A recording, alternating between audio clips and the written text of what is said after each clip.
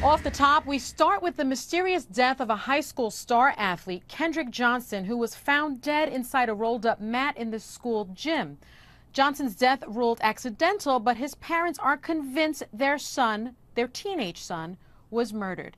And I'm happy to say that Kendrick Johnson's parents are joining me tonight along with their attorneys. Thank you so much, Mr. and Mrs. Johnson, for joining me tonight. And this was a big day for you, a big, really legal victory. You heard the U.S. attorney in Georgia, the top federal prosecutor, saying that he himself reviewed a lot of the documents in your son's case and that he will be opening up a federal investigation. Mr. Johnson, what was your reaction to that news? Well, we was happy that we heard that news, but we're going to sit back and wait and just wait for everything to come out. Well, you say you want to wait for everything to come out. Is it your position that the sheriff's office just botched this investigation, that this was just a botched investigation? Yes, it was. And why do you say that? Because when I went to view Kendrick's body 2 days later, you can clearly see that something had happened to Kendrick. You can see that he was in some kind of altercation.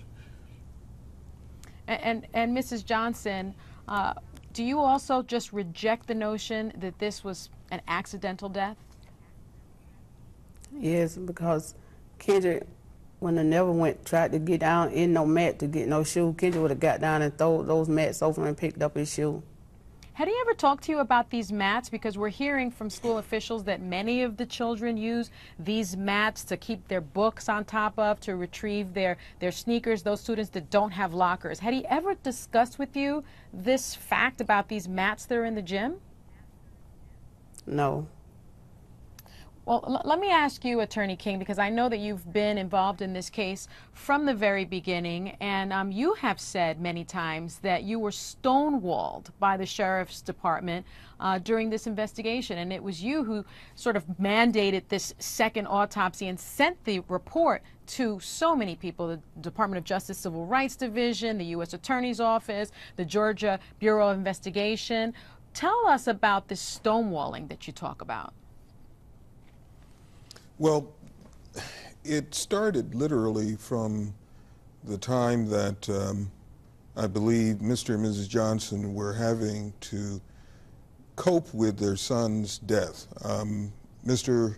Johnson had reached out to the sheriff for purposes of getting an explanation as to what their investigation showed, and this was just a matter of a day or two following the discovery of his son's body. And at that time, he was given two entirely different explanations in terms of how his son's body was positioned in the mat. They found that totally unacceptable. I, along with the Johnsons, then paid a visit to the Sheriff's Department, and we talked to his chief lieutenant, and we asked to look at the video. And at that time, he promised to get in touch with us, but to show us the video at some point within a matter of a day or two. That call never came.